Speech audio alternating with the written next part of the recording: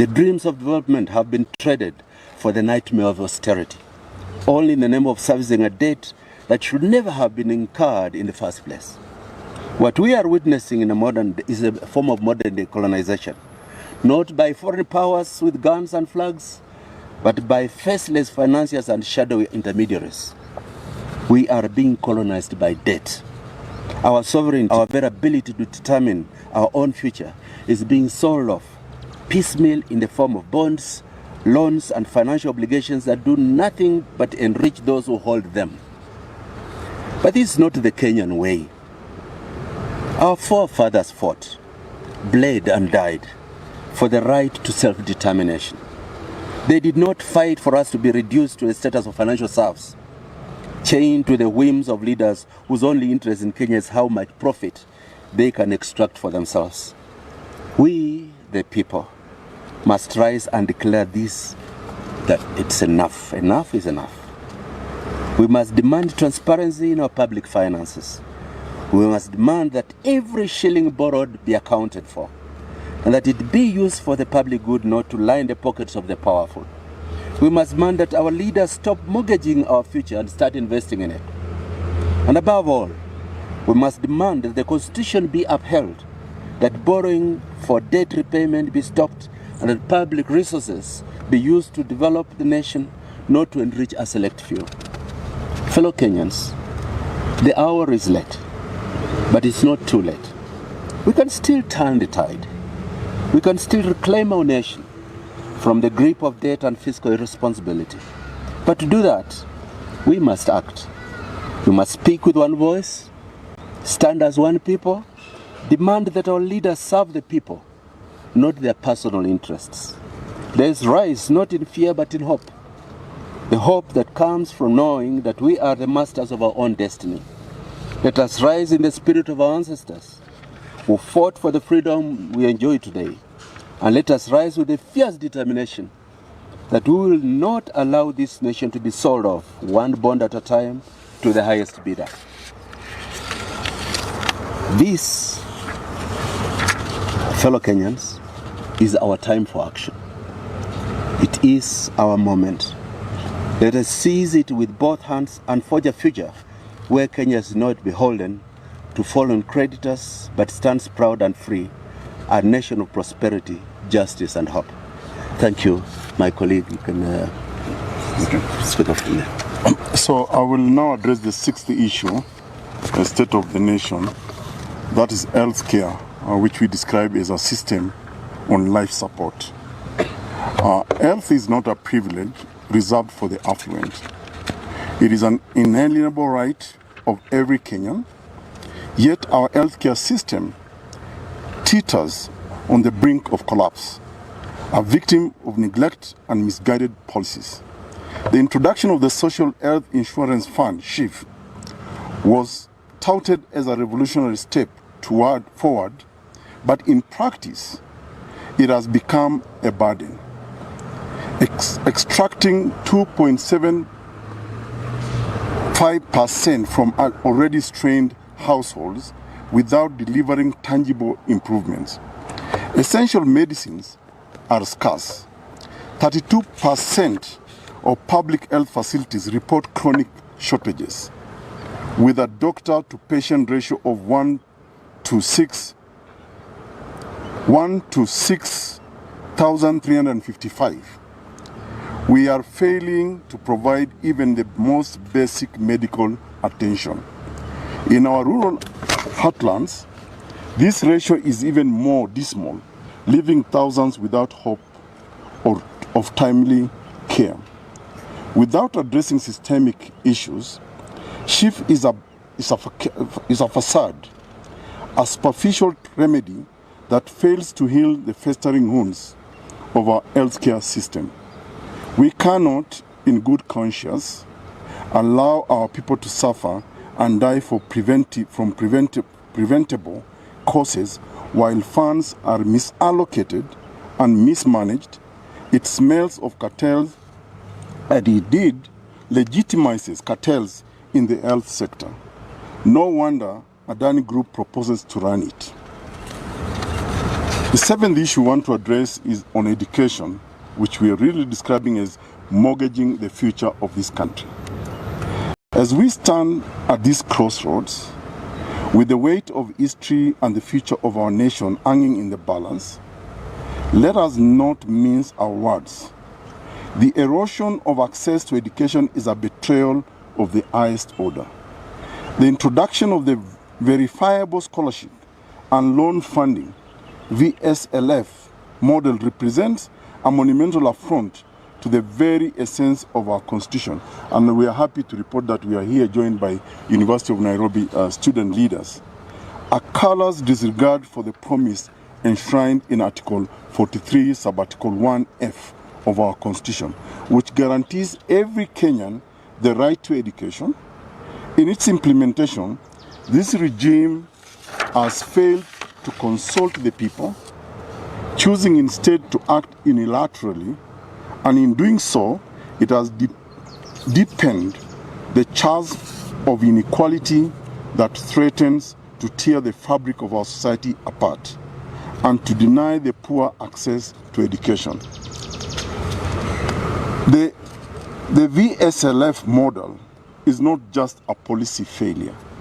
It is an ideological assault on the most vulnerable among us. This shift from public responsibility to private burden is nothing less than a transfer of wealth from the powerless to the powerful. It is a tactic designed to push young Kenyans and their families into deeper financial despair, forcing them to carry the weight of a system that should, by every moral and constitutional measure, support them. We must call this out for what it is: a deliberate attack on the Kenyan dream. A nation that refuses to invest in its youth and sees education as a privilege rather than a right is a nation doomed to the shackles of poverty, ignorance, and oppression. We cannot allow this betrayal to stand. And we hope when President William Ruto gives you the State of the Nation address, we hope he will speak to this issue of the education. This is not the first time this regime has attempted to rob Kenyans under the guise of progress. We saw it with the Finance Bill 2024, an unjust tax burden that sought to extract from the poor while insulating the wealthy.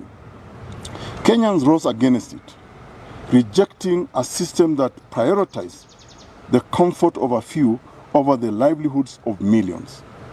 This new funding model is cut from the same cloth. It seeks to exploit those already struggling under the weight of a broken economy. Just as we rejected the finance bill, so too must we reject this oppressive and unconstitutional university funding model. But this injustice does not stop at university education. It permeates every level of our education system, from primary to secondary.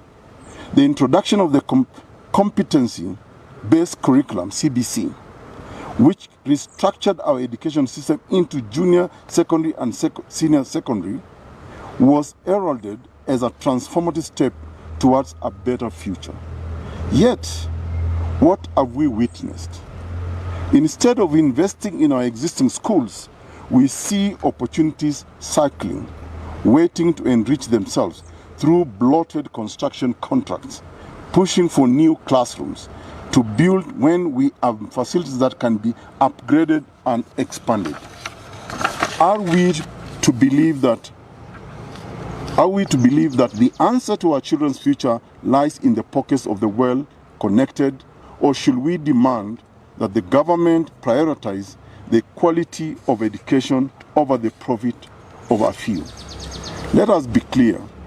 The focus must not be on lining the pockets of tenderpreneurs, but on ensuring that our children, the leaders of tomorrow, have access to the kind of education that equips them to navigate the challenges of the modern world.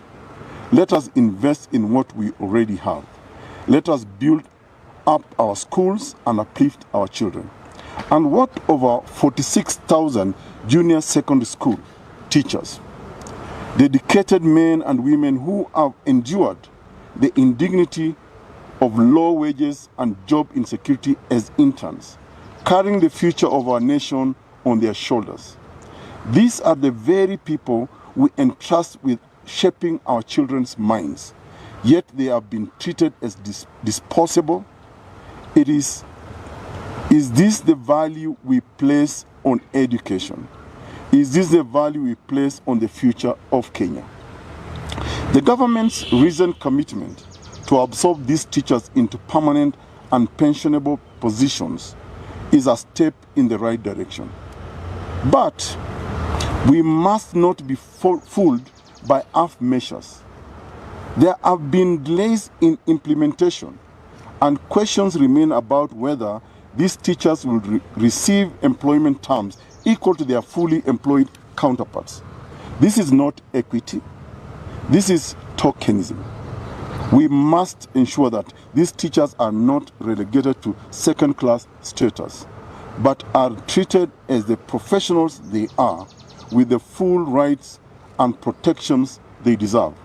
Their commitment to our children must be met with an equal commitment from the state. In all of these, we must not lose sight of the larger truth. The struggle for education is the struggle for our nation's soul. When we allow education to become a privilege for the few rather than a right for all, we allow the foundations of our democracy to be undermined. When we turn a blind eye to the exploitation of our teachers and the allowing out of our schools, we turn our backs on the future of Kenya. So, what is to be done? We must demand accountability. We must reject the empty promises and demand that those in power invest in the facilities we already have, in the teachers who guide our children, and in the students who will one day lead this nation. I turn to the eighth issue, which is employment and the informal sector. This we describe as dignity in labor. Our youth, vibrant and brimming with potential, find themselves adrift in a sea of unemployment. With 38.9% of young Kenyans jobless, we are witnessing a crisis of monumental proportions. The informal sector, the livelihood of our economy employing over 83.4% of our workforce, is treated with disdain and disregard.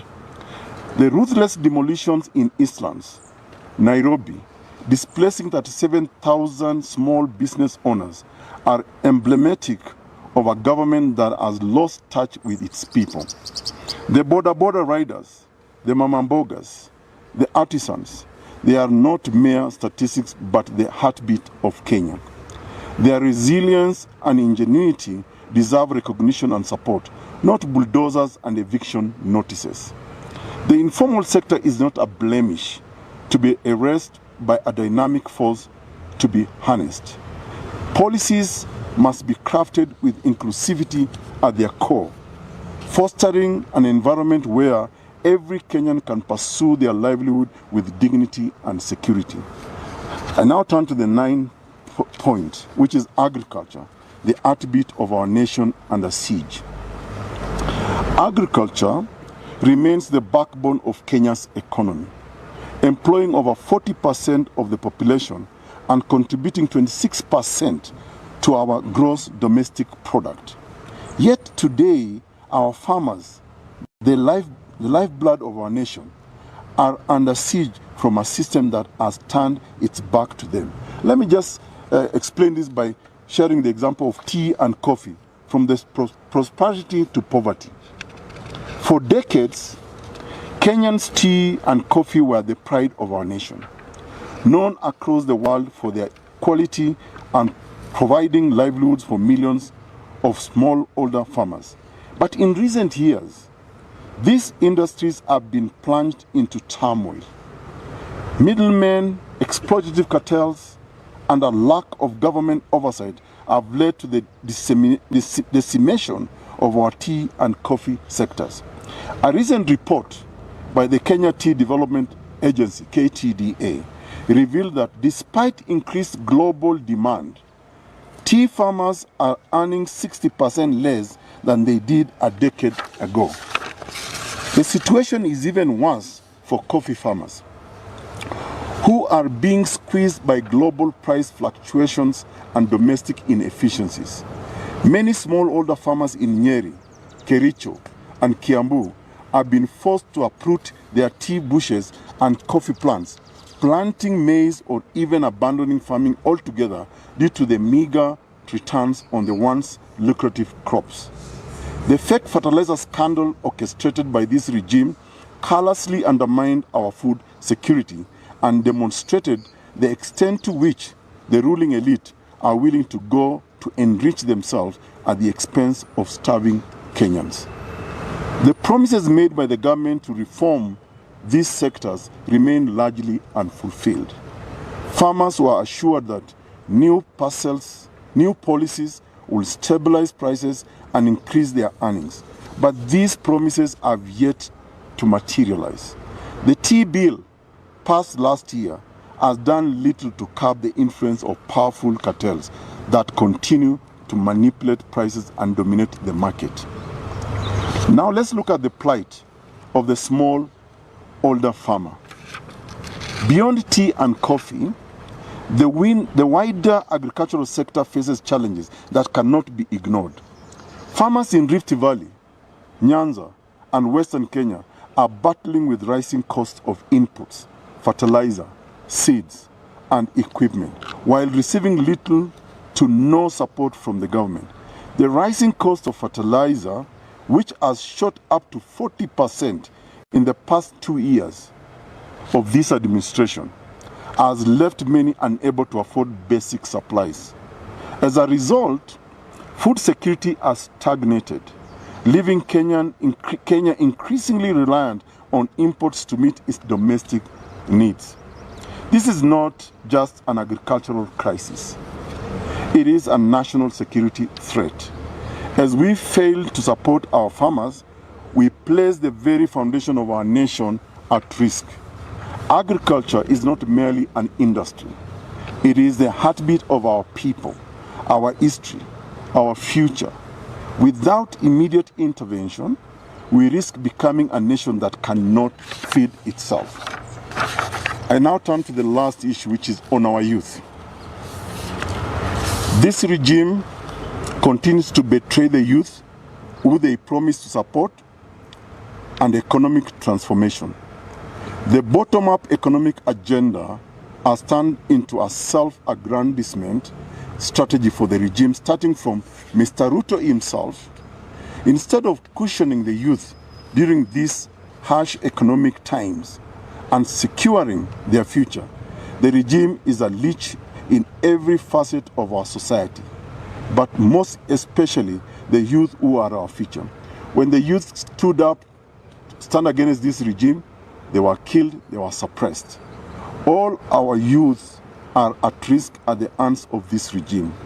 Funds for critical dockets such as education, health, and social economic projects are being siphoned away, mortgaging their future.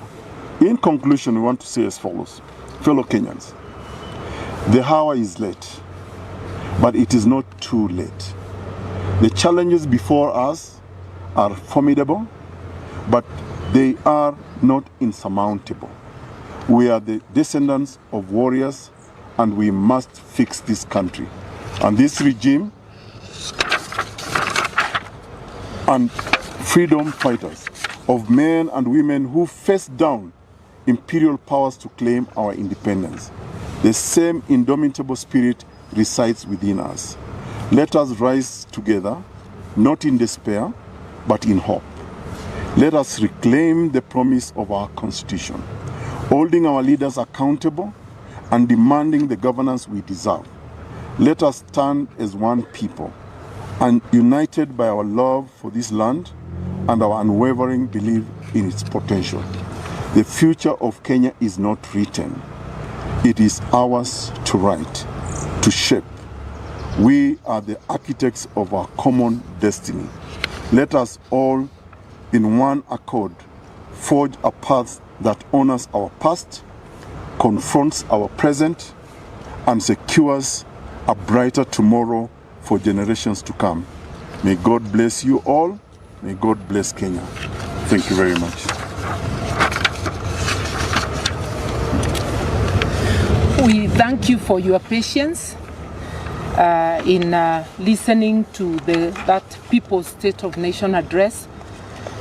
It was quite elaborate, but we invite one or two clarifications. Asha, will you take questions? We can take questions. Anyone who has a question or clarification, and we'll be sharing the statement. Yes. Kindly introduce yourself and the media house.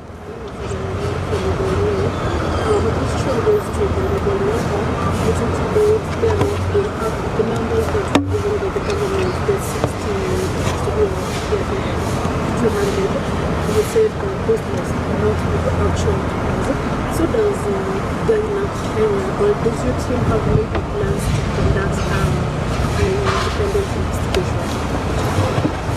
In matters of this nature, the state must be involved. They are the ones holding the numbers, and they are the ones using the taxes we raise. So this is not just a call, it's a demand that this should be done. And I want to remind us that we do not know how many more bodies may be beneath the quarry. We know that good citizens who were trying to recover the bodies were tear gassed by police and stopped from this venture. We know the state has not shown any interest. We know of falsification of records. We are calling out the regime, the Ruto regime. They must account. These are calls for accountability. Yeah. And it's the same, even in the recent school fire. We have not been given definitive numbers. And even no empathy is coming from the house on the hill. They are going on with business as usual.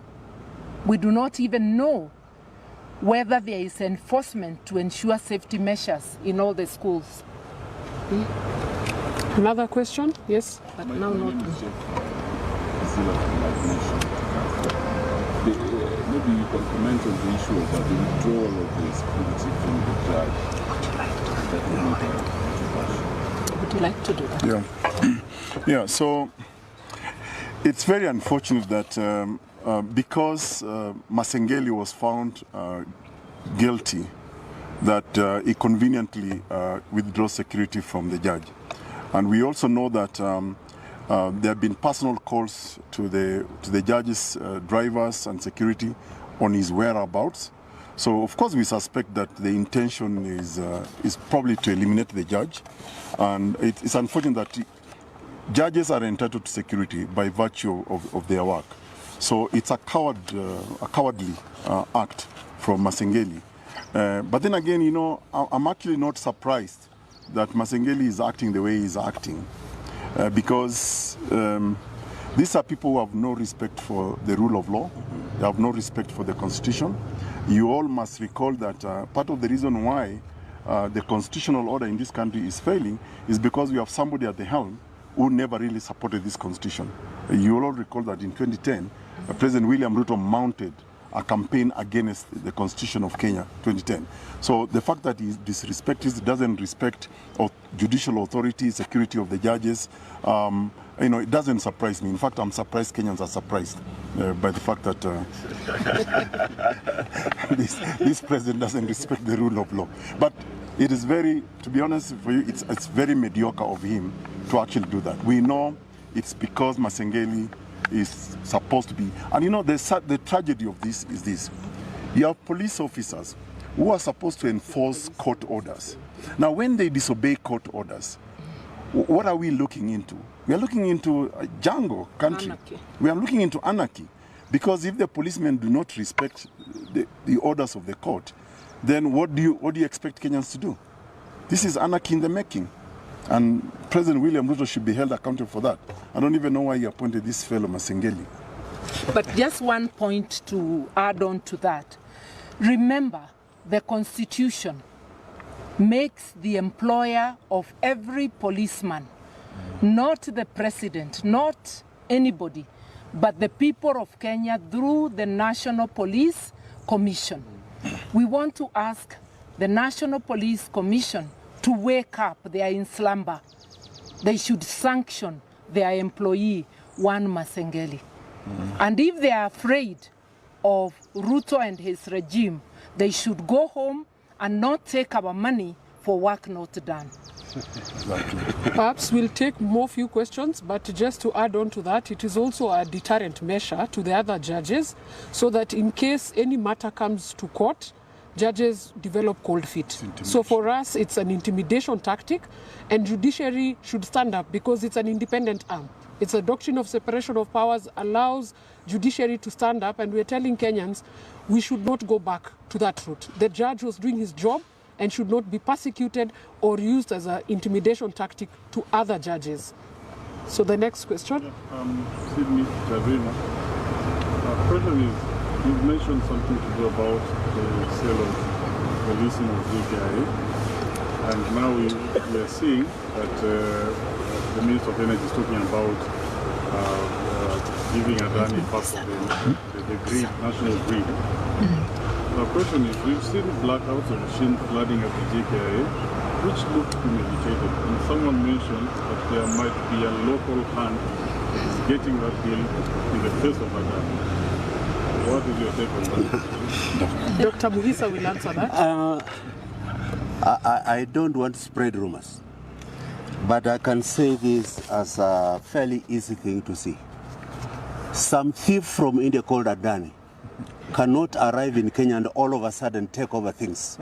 Adani is the face of a cartel that includes top leadership in Kenyan politics. It is not about Adani. You saw the case of a similar thief in South Africa. It's a cartel that what the Guptas did in South Africa is what Adani is trying to do here. But what to ask Ruto is, if predecessors to him, some of whom, most of whom also had appetite for money, did not pound the family silver to the end, like he's doing, what gives him the moral authority to think that he can be a better thief than those who came before him? Yes, your name and media house, kindly. My name is Kevin. Yeah. I have two questions. What can you, or in a scale of 1 to 10, how can you rate this regime? And maybe going forward, can we expect to see this team working together? F for failure. And you are asking about this team? Yeah. Yes, let Dr. Muhisa emphasize that about the team. You know, there is a national failing in Kenya that if a few people offer leadership on critical matters, the rest of us go into retirement and let them do it for us. For a long time, Kenyans have asked Raila to carry the burdens for them, ask the questions on their behalf. And when Raila crosses over, they start feeling that it's a desert. Similarly, when Gen Z started showing that there's still the blood of national pride in the young generation in this country, a lot of others stepped back and said, let the Gen Zs take it. But what message are we saying? We share responsibility for the tomorrow of this country. We have shared experience and pride about service in public life, where we have served with integrity, without letting greed override us. And we say we are called upon to start renewing our commitment and offer dutiful service to Kenya. We are part of a progressive effort that must reclaim our country. We are just starting now the re-engagement. You are not only going to see us together, you're going to see us with many more people who share the solid commitment and patriotic duty for a clean, decent Kenya, that's not the laughing stock of Africa, but the pride that it once was. Maybe a vote of thanks by one or two of the youths accompanying us.